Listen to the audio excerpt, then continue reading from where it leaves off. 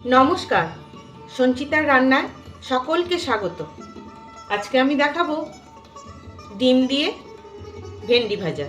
তবে আসুন দেখে নিই। প্রথমেই আমি একটা বসিয়ে নেব কড়াই। কড়াই খুব ভালো গরম হয়ে গেছে। এবার দিয়ে দেব সর্ষের তেল। তেল খুব ভালো মতন গরম হয়ে গেছে। তেলে অল্প লবণ ছিটিয়ে দিয়ে দিচ্ছি কাঁচা লঙ্কা কুচো। আপনারা যেরকম ঝাল খান সেরকম দেবেন, আমি আমাদের টেস্ট অনুযায়ী দিচ্ছি। কাঁচা লঙ্কাটা অল্প ভাজা হয়ে গেছে। এবার দিয়ে দিচ্ছি বেশ খানিকটা পেঁয়াজ কুচো। এই রান্নাটায় কিন্তু পেঁয়াজ বেশি দিলে যত দেওয়া যাবে তত ভালো লাগবে। পেঁয়াজটা অল্প ভাজা হয়ে গেছে, আর বাদবাকিটা ভাজা হবে এই ঢ্যাঁড়সের সাথে, ভেন্ডির সাথে।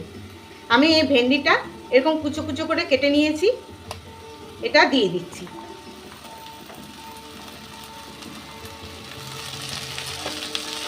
দিয়ে দিচ্ছি অল্প লবণ আর দিচ্ছি হলুদ। দিয়ে এই পেঁয়াজের সাথে এবার ভেজে নেব। ঢ্যাঁড়স খুব সুন্দর ভাজা হয়ে গেছে। এই রান্নাটা কিন্তু সম্পূর্ণ খোলা অবস্থায় করতে হবে, ঢাকা দিলে কিন্তু চলবে না।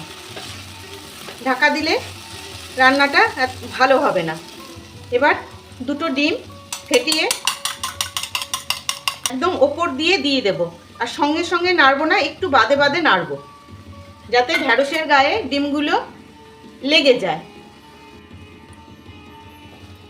এই একটু করে এই যে আটকে যাবে, একটু করে করে নেড়ে দেবো।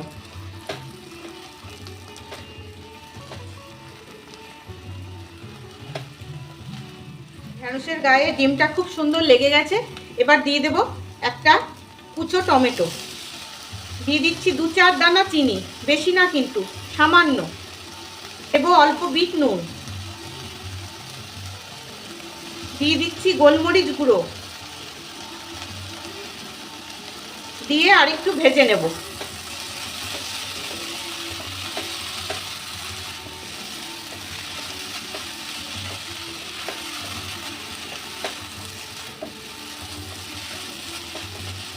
সব কিছু দিয়ে অল্প ভেজে নিয়েছি। এবার দিয়ে দেব চাট মশলা 1 চামচ। দিয়ে আরেকটু ভেজে নেব। তৈরি হয়ে গেল ডিম ভেন্ডি ভাজা। কেমন লাগলো আপনাদের জানাবেন কিন্তু।